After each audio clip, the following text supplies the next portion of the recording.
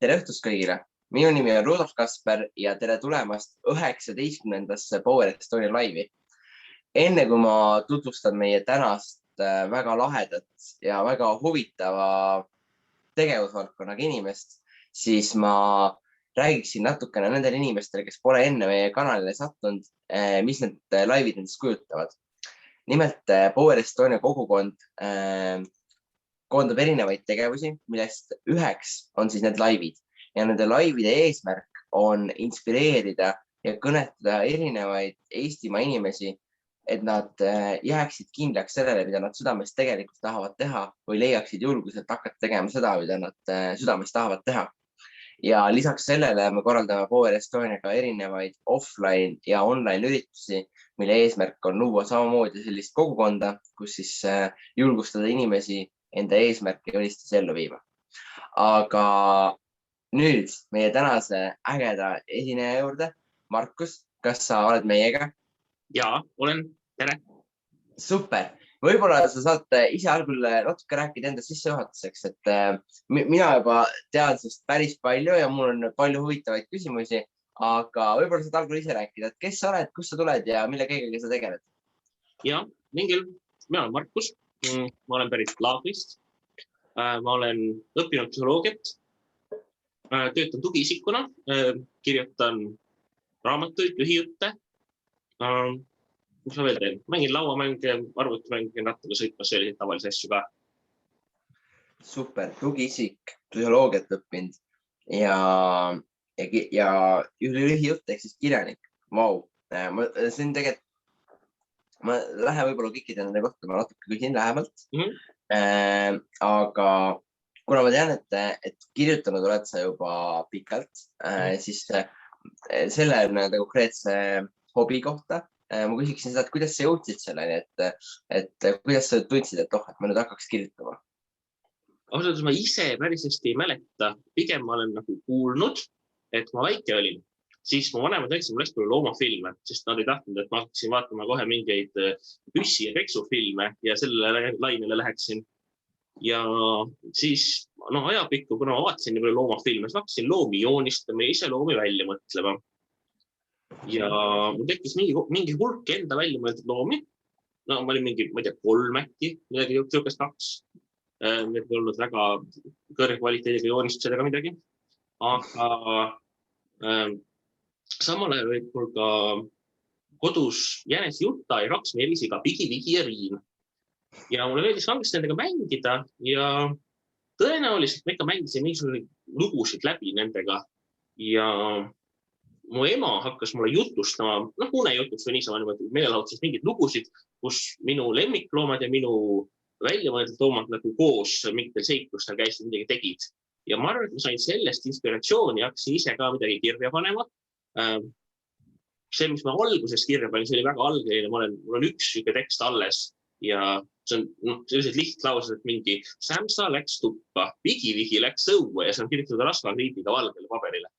Aga jah, ma arvan, et sealt on see kõik alguse saanud, et väga-väga ammu, et ma ise päris hästi mäletan, ma olen rohkem kuulnud, mida teised on mulle rääkinud ja ma olen näinud neid asju, mida ma olen teinud.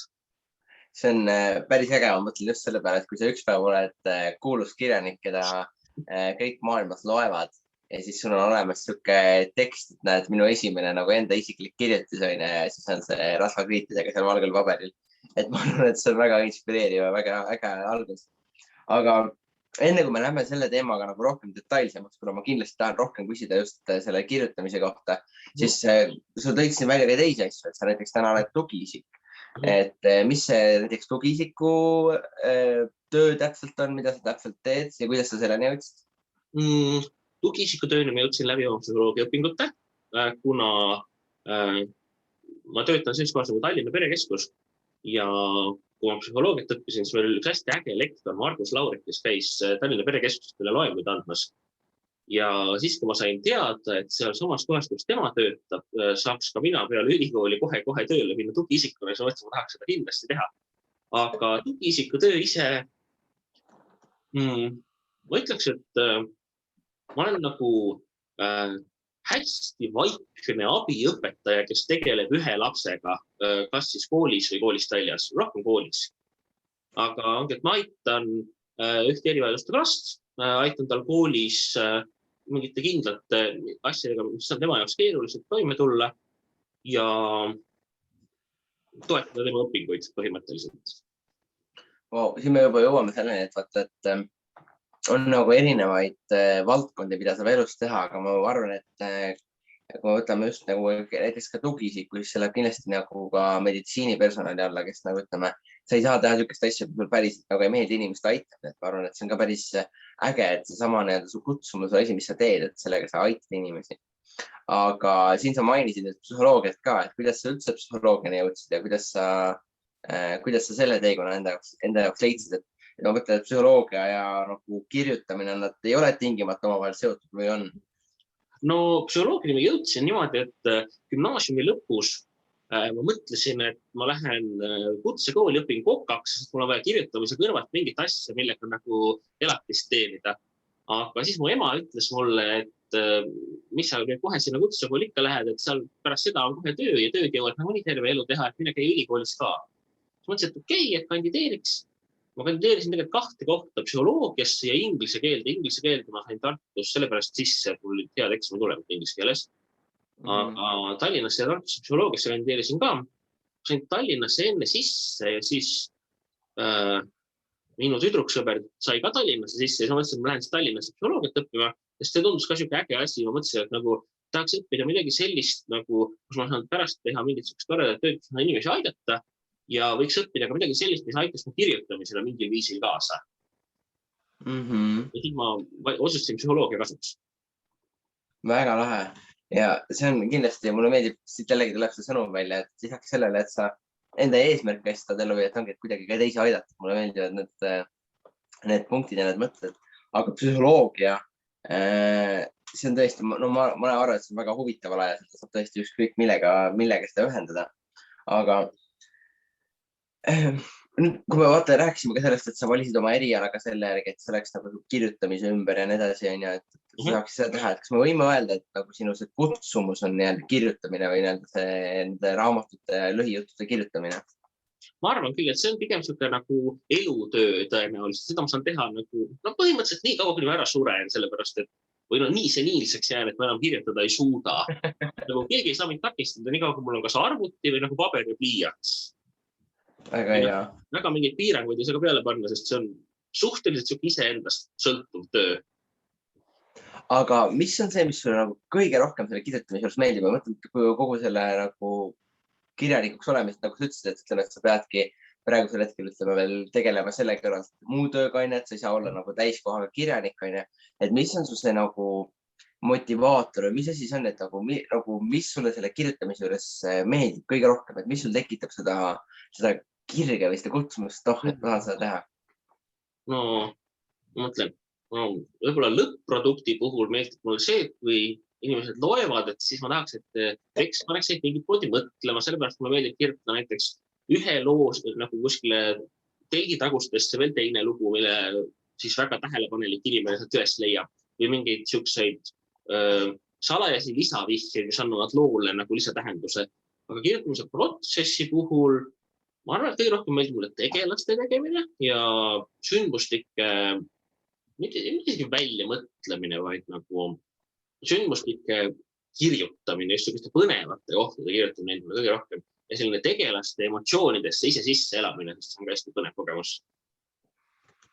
Ja ma kujutan ette, et see võib olla, et kui sa oled pikalt parasjagu raamatut kirjutanud, siis sa nagu kirjutamise ära lõpetad, siis see raamat käib sul peas edasi, et sa oled nagu seal maailmas sees. Ma mõtlen isegi nagu lugeja rollist, ma tean, et kui ma loen raamatut, ma lähen nagu nii sinna sisse, et kuidas sa nagu autorina on, et kui sa kirjutad, et kas sa oled samamoodi nagu, et kas sa nagu oled seal sees, kas sa näiteks, ma ei tea, visualiseerid seda kõike või kuidas nagu see sinu peas see protsess tol hetkel toimub, et siis on hästi huvitav teada, et kuidas see kirjanikul töötab. Ma arvan, et igalühel töötab erinevalt, kes kirjutavad, aga mul on niimoodi, et kirjutamise ajal ma kindlasti visualiseerin kohati ja niisuguste pauside, et kui ma parasjagu tegelen mingi kirjutamisprojektiga, mis on pooleli, aga ma teen midagi muud, niisugust igapäevaelulist, siis ma ka vahepeal visualiseerin ja mõtlen nagu raamatust ja tegelastest ja kõigest või jutust ja tegelastest. Aga kui ma nagu lõpetan mingi suurema projekti, siis ma mõnda aega elan seal sees kuskil annedaat, midagi siukest, aga ta nagu pigem ta hakkab nagu hääbuma ja siis ma hakkan pigem mõtlema nagu kas mingisugust järjest või mingitest muudest asjadest, mis päris kui pooleli on kirjutamisega või siis nagu tulevad mingid uued mõtted, nii et ta pigem nagu läheb suhteliselt kiiresti üle mingile teisele nagu sarnasele asjale, mingile teisele kirjutamisprojektile. Okay, väga lahe. Nagu valmis on.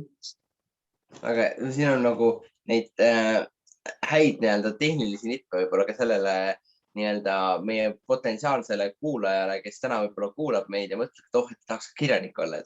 Et ma arvan, et see on kindlasti see asi, mida ma soovitan kõigi meie laivi kuulajatele ka teha, et neid nagu märksõnu ja mõtteid välja nokkida just selle jaoks, et seda iseenda jaoks ka kasutada. Aga siis ma tegelikult jõuangi niisuguse järgmise küsimuseni, mis ma olen, ütleme, nagu sa ütlesid, sa praegusel hetkel pead käima näiteks tavatööl, tegema midagi veel juurde, et oma kirjanik olla.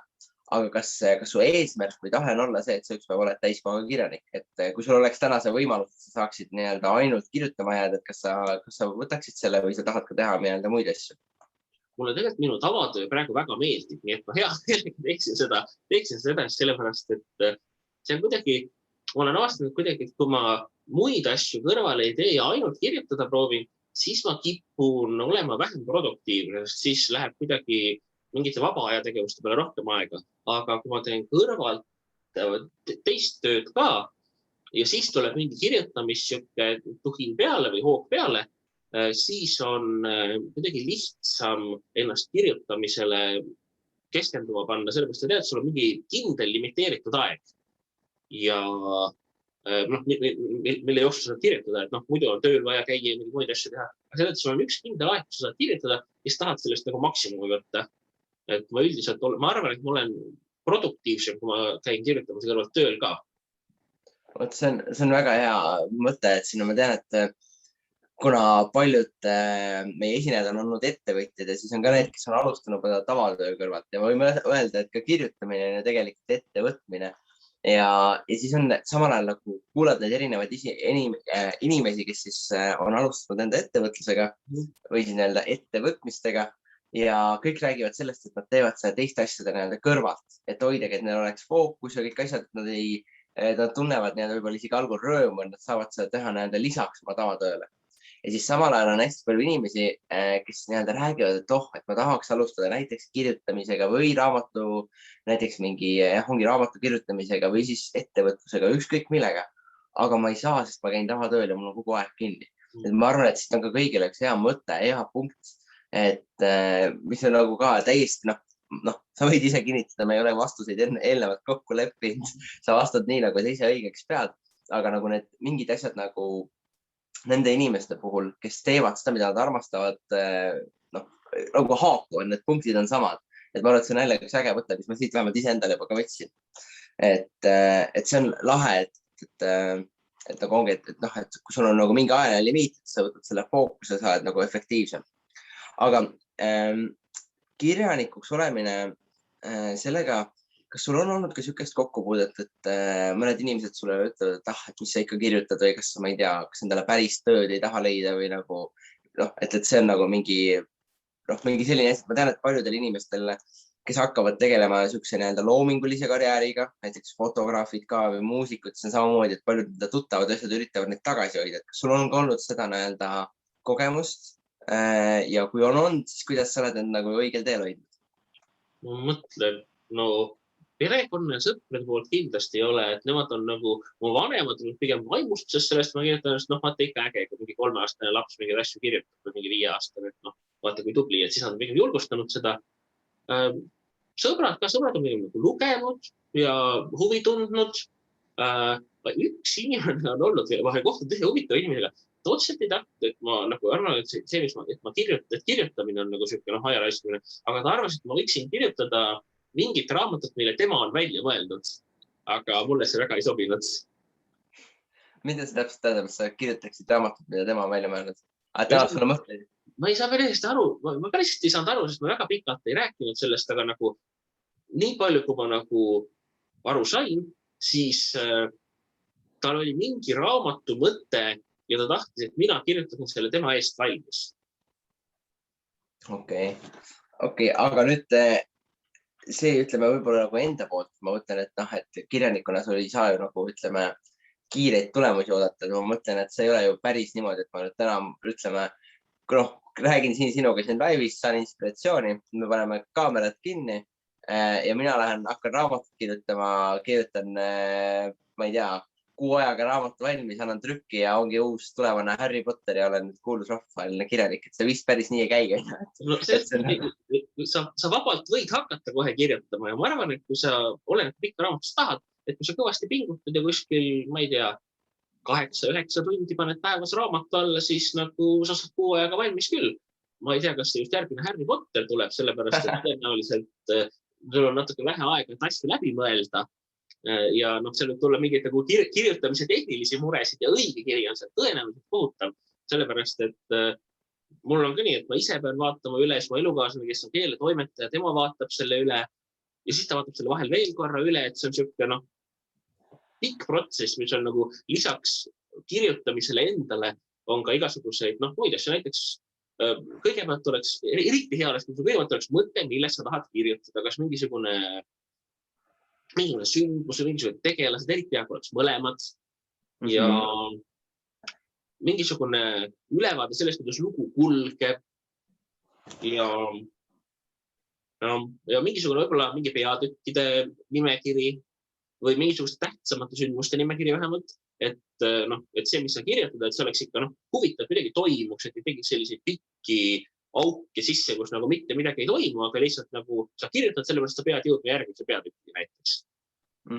Seal on hästi palju siukest ettevalmistust või siukest tehnilist. Kas ma võin mõelda? Mul tuli praegu pähe üks lause, et öeldakse, et alustades pea lõppu meeles. Et kas kirjanikul on sama asi, et kui sa alustad raamatuga, kas sa ise juba tead, kuhu sa jõuab? Et kas see on pigem see, et vaatame, kuhu ma poole peal jõuan, mis mõte mul tuleb? Või siis nii nagu sa ütlesid praegu, et sul on nagu mingid punktid, et kas sa nagu tead seda nagu lõpptulemust enne, kui sa alustad? Minu enda kogemus või ma ütleks küll, et väga hea on teada lõpptulemust. Kui sa ei plaani just kirjutada, ma ei tea, 2-3 korda ümber seda asja, et sa võid ka nii teha, et sa ei tea lõpptulemust hakka kirjutama, aga siis tõenäoliselt mingis punktis sa jõuksed ummikusse ja sa pead hakkama uuesti alustama otsast peale või midagi ümber tegema. Et lihtsam on nii, kui sa tead lõppu, aga hea oleks, kui sa tead näiteks ka, mis selle lõpuni viivad, näiteks mingisugused, et lõpp on kuskil siin, siis sul on mingi 4-5 punkti veel, mis sa tead mingid olulised näiteks situatsioonid või olulised mingisugused vestlused, tegelased või konfliktid, mis seal vahel on, mis viivad selle lõpuni, et miks need tegelased niimoodi teevad, nagu nad raamatus lõpuks teevad. Vot siin on, ma arvan, et siin on jällegi tehnilised nõuanded, et reaalselt inimesed saavad päriselt võtta neid nõuanded, et hakata päriselt ka kirjutama. Aga ma lähen korraks selle Harry Potteri näite juurde tagasi, et okei, loomulikult ma võin võtta selle aja, hakata kirjutama seal need rasked pooled, aga nagu sa ütlesid, et eeldatavasti see ei ole, mu esimene raamat ei oleks eeldatavasti see Harry Potter nagu selles suhtes, et ta üle maailma kuulsaks saab. Ja samamoodi, ma arvan ka, et sul on ju selle taga mitu raamatut sa kokku oled välja andnud? No otseselt välja andnud, ma olen kirjutanud kokku ma olen kirjutanud 3 siukest terviklikku käsikirja pluss mingi hulga lühijutte. Üks nendest käsikirjadest anti välja minu gümnaasiumi lõputöö raames. See on nagu päriselt füüsiliselt raamat. Siis mu vanemad on andnud kunagi minu 10. sünnipäevaks, nad printisid ja lasid trükkida mingi hulga eksemplare minu tolleaegsetest juttudest, mille nimi oli Pigi-Vigi lood. Aga praegu ma tegelen sellega, et ma tahaks välja anda oma 3. käsikirjast. Ma kirjutasin 2. valmis, aga mõtlesin, et see ei ole veel nii hea, kui see võiks olla. Ja siis ma hakkasin kirjutama 3. ja praegu ma tahaks seda 3. välja anda. Ma ei tea, kas see õnnestub, võib-olla seda tuleb ümber kirjutada natukene. Ma ise mõtlen ka, et võib-olla mõnest kohast tahaks putitamist saada, aga ma ootan ja vaatan, mida kirjastajad mulle ütlevad ja kui nad tahavad, et teeksin midagi ümber, siis mul on juba mingid mõtted, mis suunas seda võiks teha. Aga kui nad ei taha, et ma teeks midagi ümber, on ka tore ju. Aga ütleme nende praeguste väljandatud asjadega, sa ei ole veel seda nii-öelda läbimurret teinud Harry Potteri raames, ma mõtlesin selle näitena. ja siis ma mõtlengi, et aga kus sa nagu ütleme, leiad selle järjepidevuse või selle, et ongi, et nagu kirjutada edasi ja nagu, et noh, ma arvan, ma küsin, et noh, ma eeldan, et sa ju tegelikult ei kirjuta nüüd tingimata sellepärast, et see kindlasti, et su järgmine raamat peab miljonite inimesteni jõudma ja sa tahad lihtsalt jagada seda oma missiooni, oma seda nagu sõnumit. Ja kui see lihtsalt jõuab paljude inimesteni, siis see lihtsalt veel nagu lisaboonus või on sul ikkagi iga kord, kui sa kirjutad see nagu lootus, et või see nagu eesmärk, et oh, et nüüd ma kirjutan selle, et see jõuaks miljonite inimesteni ja ma miljonäriks saaksin või nagu, mis su enda peas see nagu motiiv on, kui sa teed seda, kirjutada või tahad välja anda? No, osalt ma ütleks, et see on siuke nagu võib-olla natuke siuke paratamatu protsess, et isegi kui ma parasjagu ei kirjuta, siis ma mingitel hetkedel hakkan mõtlema mingitest looideedest või mingitest siukestest raamatumõtetest või mulle tulevad mingid huvitavad stseenid ja panen endale kirja kuskile märkmetesse. Mul on hästi palju selliseid märkmeid ja siis mingi aeg tekib siuke tunne, et võiks võtad mõne siukse parema idee ja hakkad sellest midagi tegema, kas lühijuttu, mis on lihtne, saab tavaliselt valmis või raamatut. Ja aga see, kuidas ma nagu seda motivatsiooni hoian, ma arvan, et see on suuresti tänu sellele, et mul on üpris siuke pühendunud hulk proovilugejaid, ehk siis nagu sõpru, tuttavaid, kes minu jutte loevad. Ja iga kord, kui ma saan siis midagi suuremat valmis, siis ma saadan selle neile ja ma saan lihtsalt tagasisidet. Et see on nagu väga tore.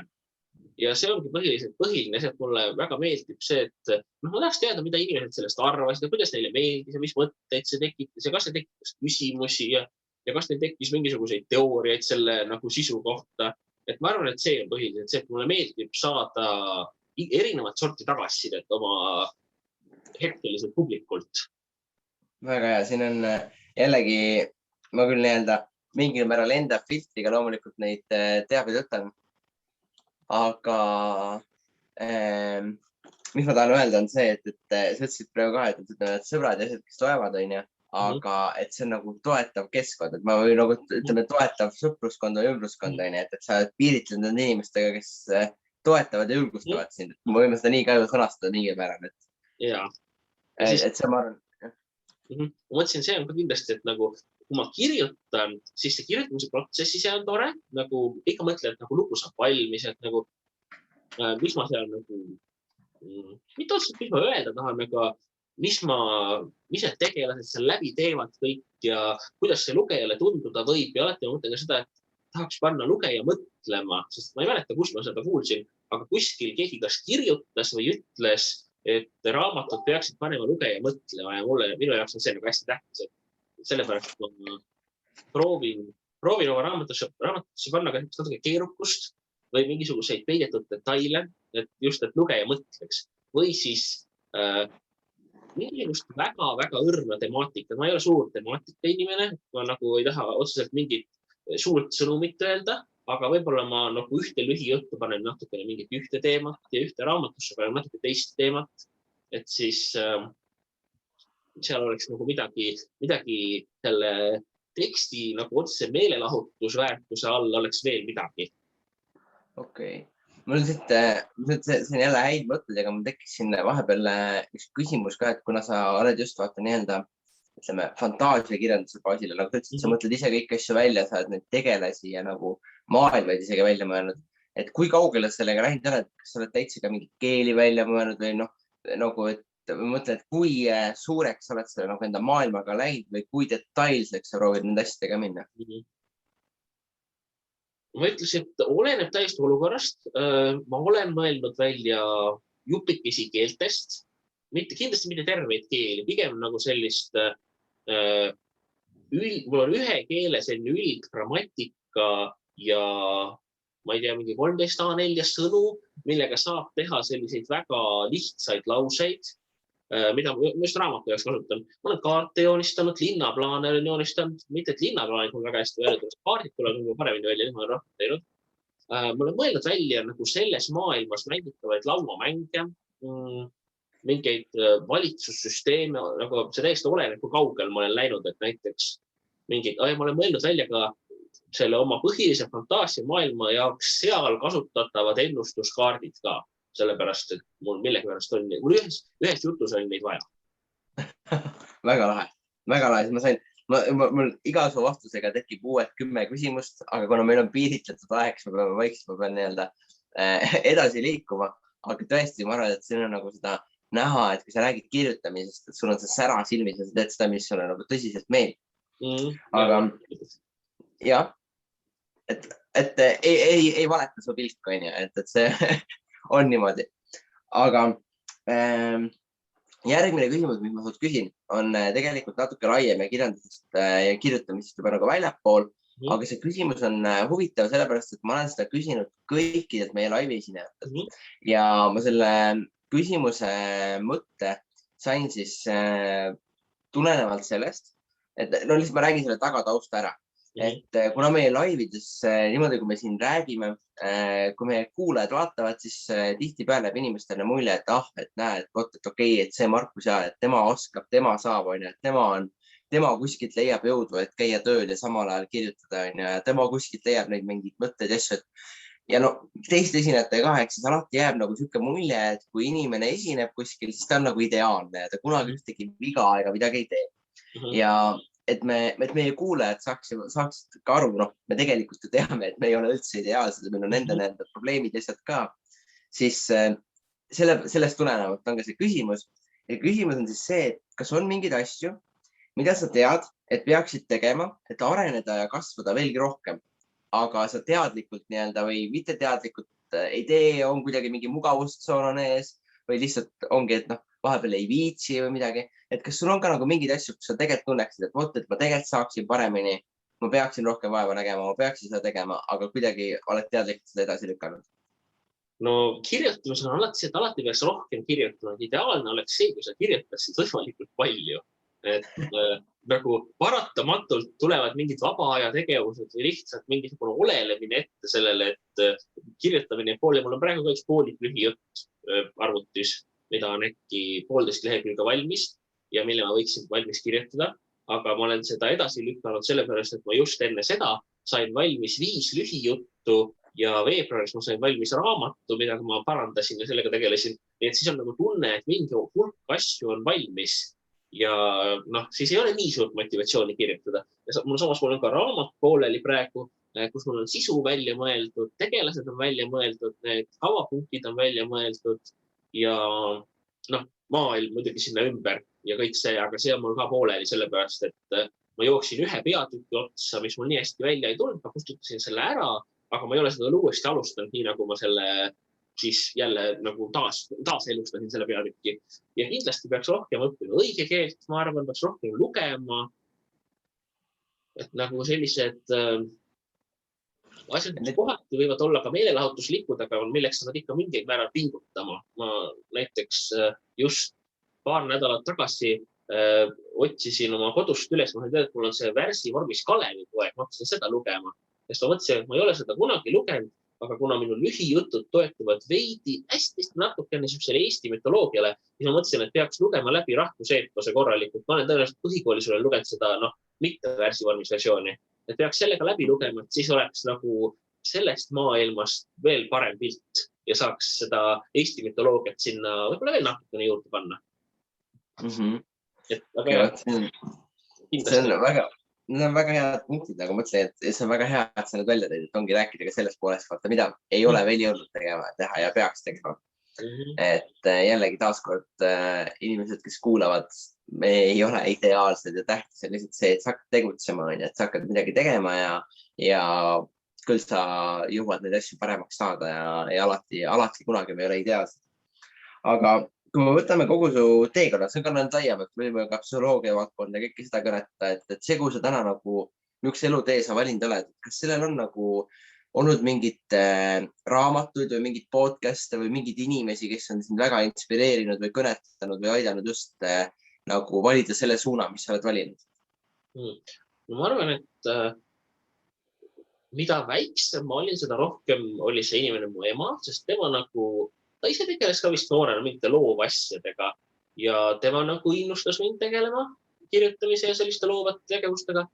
Aga hiljem on, ma arvan, et selleks suuresti on minu sõpruskond, vanemad on muidugi jäänud, aga sõpruskond see, kes just nagu jutte luges ja tagasi, et nemad annavad väga palju sellist nagu inspiratsiooni ja aitavad areneda.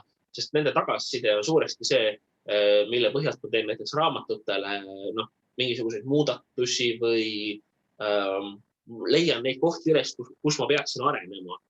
Aga ma arvan, et ma olen käinud tegelikult 2 kirjutamise teemalisel koolitusel ja ma olen käinud ka vabakuulajaks ülikoolisel kirjutamisloengul, et eks ma olen tegelenud sellise tehnilise poole arendamisega ka ja ma vaatan kohati mingeid YouTube videosid, mis räägivad kas filmi või enamasti filmikriitikast, aga pigem just nagu loo ja tegelaste vaatepunktist, et kuidas, mis seal valesti tehti, mis oleks võinud paremini olla, mis seal toimib, mis ei toiminud ja kuidas nagu see kirjutamisteooria selle kokku läheb. Aga raamatus otseselt kirjutamise õpikuid või manuaale ei ole küll lugenud. Ma olen lugenud artikleid, mida on kirjutanud mingid kirjanikud, kes nagu on kuskil jõudnud oma kirjutamisega.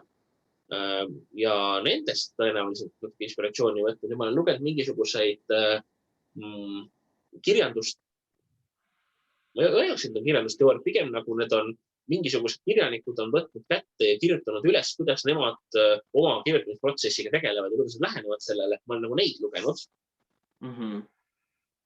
Nii et erinevaid asju, aga ma ütleks, et suuresti on nagu see ümbritsev kogukond, mingisugused YouTube'i videod ja siis mingid sellised artiklid ja kogemuslood ja koolitused. Okei, need on väga head nagu mõtted ja mulle meeldib see südamlikkus, et esimene suur inspiratsioon oli ema, et ma arvan, et see on väga äge ja ma loodan kindlasti, et su ema jõuab seda laivi vaatama. Kui ta laivi ei jõua, siis õnneks ta saab järgi vaadata, et see on päris äge asi. Aga mul on tegelikult üks küsimus jäänud. Me oleme ka täpselt ajas, meil jooksib väikest aeg peale isegi, aga mulle meeldib seda küsimust küsida. Tegelikult ka see küsimus on jällegi siuke, mida ma julgen öelda, et ma kõigilt olen küsinud, aga ma alati naudin inimestega nii füüsiliselt kui niimoodi läbi kaamera rääkides seda küsida. Paljud ütlevad, et see on nagu töövestluse küsimus, aga mulle meeldib seda vastust küsida küsimust ja kuulata seda vastust eriti inimestega, kes tegutsevad enda eesmärkide millegi kallal ja juba nagu on sellel nagu teekonnal, kus nad tahavad olla. Ja tegelikult see küsimus on väga lihtne. Ja siis sulle suunatud niimoodi, et kus sa oled, Markus, 10 aasta pärast? Kus sa tahad, et sa oleksid 10 aasta pärast? Kus sa tahaksid, et su teosed oleks 10 aasta pärast? Mis sa teha tahaksid? Aasta 2031 sa oled meil uuesti siia laivi tulnud. Mis sinust vahepeal saanud on? Mis sa teed igapäevaselt? Ma mõtlen, ma kindlasti tahaks elada samas kohas. Ma arvan, et mul oleks lapsed juba selleks ajaks. 10 aastat päris palju. Tahaks valmis saada veel kuskil, ma arvan, 50 lühijuttu. Ja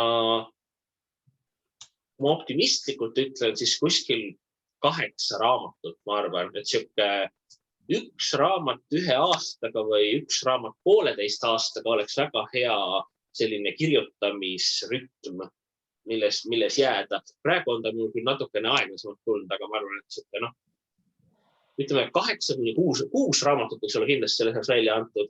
Ja ma arvan, et teeks psühholoogia magistri, läheks koolipsühholoogina tööle, sest et see tundub mõistlik. Ehk mulle praegune töö väga meeldib, seda tahaks ka veel teha. Niimoodi 2-3 aastat. Väga lahe, see on. Mõtlen, raamatuses, ma ei tea, kuhu ma arvan, kindlasti tahaks, et mul oleks lugejaid nagu minu enda tutvuskonnast ja tuttavatest kaugemale. Nagu inimesed, kes nagu mind ja minu tuttavaid ei tunne, aga lihtsalt näiteks on raamat kuskil kätte sattunud või on selle ostnud või on selle raamatut laenutanud ja tahaks teada, mida nemad arvavad, mis mõtteid see neist tekitab, mingisugust tagasisidet kuulda. Ja aga vot siit tekib sulle esimene eesmärk, mida me võib-olla saame aidata juba läbi selle ellu viia. Ja nüüd on mul sulle siis üks küsimus juurde, et kui nüüd täna keegi kuulas meid või satub pärast seda videot vaatama lihtsalt järelvaatamisena ja mõtleb, et vau, et see Markus tundub äge ja mina tahaks küll tema loomingut lugeda. Et kus ta võiks siin loomingut leida või kuidas ta võiks näiteks sinuga ühendust saada, seda loomingut sinult siis saada või kuidas see praegusel hetkel protsess käib selle inimese jaoks, kes sind otseselt ei tea, et kes nüüd vaatab seda laivi, mõtleb, et tahaks küll lugeda, vaadata, mida Markus kirjutab, et mis see samm peaks tema poolt olema? No ma arvan, et huvilised, tõenäoliselt kõige tõhusam on see, kui mulle meilile kirjutada, mis peaks olema mkrist655@gmail.com. Aga mul tegelikult üks see raamat, mille ma andsin välja gümnaasiumi lõpus, seda on võimalik saada minu arust Tartu Ülikooli raamatukogust ja Rahvusraamatukogust ja tõenäoliselt Tallinna Ülikooli raamatukogust ja võib-olla Keskraamatukogust ka, et ehkki see on siuke väga omamoodi ja võib-olla ma nüüd näen nagu seal mingeid kindlaid vigu, mida oleks võinud paremini teha, aga see on nagu loomulik kirjutamise protsess, et iga järgmine raamat areneb nagu nii. Aga võib-olla ma loodan, et varsti ma saan, mul on praegu, tegelen sellega, et pakkuda oma lühijutte, mis on selline, ütleme, ajalooline ulmemüstika, siuke 19. sajand, veidi Eesti mütoloogiast inspireeritud, neid saata Värske Rõhu ajakirja. Kuna neil oli suvepuhkus just, siis nad ei ole mulle veel vastanud, aga võib-olla varsti saaks sealt, see oleks väga äge. Ja ma üritan ka raamatut välja anda, mis samamoodi on see veninud sellepärast, et kirjastatud tundub, et olid puhkusel. Mõned isegi ütlesid mulle, et nad on puhkusel. Nii et kui sellega hästi läheb, siis võib-olla kuskil, ma ei tea, talveks, kevadeks saab raamatu ka välja antud. Väga hea. Siis neid valikuid on ja ma kindlasti panen su meiliaadressi siia laivi alla. Ehk siis kõik, kellel on huvi, saavad seda rahulikult sulle kirjutada ja su loominguga tutvuda. Ja ma arvan, et see laiv on üks erakordne äge mälestus ka tulevikus selle jaoks, et kui need raamatud on väljas, siis ütleme nii, et eesmärk on see, et 10 aasta pärast, kui oledki selle maailma tuntud ja inimesed loevad neid raamatuid, kes sind ei tea, et kui nad sind guugeldavad, näiteks nad satuvad selle laivi peale ja näevad seda teekonda nagu selles nii-öelda algsemas faasis. Aga mul on tohutult mõtteid veel, tohutult küsimusi veel, aga lihtsalt aeg karmilt surub peale. Ehk siis ma tõsiselt tänan sind siia tulemast ja neid mõtteid jagamast. Ja ma siia lõpetuseks küsiks sult ühe nii-öelda siukse kokkuvõtliku küsimuse. Et kui meil täna praegu satuks keegi siia laivi, kes millegipärast ei saa vaadata ühtegi asja, mis me eelnevalt rääkisime ja saaks võtta sinult ainult ühe mõtte, ühe lause, mingi inspiratsiooni või allika või mingi taolise asja. Et kui sa saaksid selle ühe mõtte jätta, mida inimesed sinust mäletaksid, mis see üks mõte võiks olla? Mingisugune üks mõte.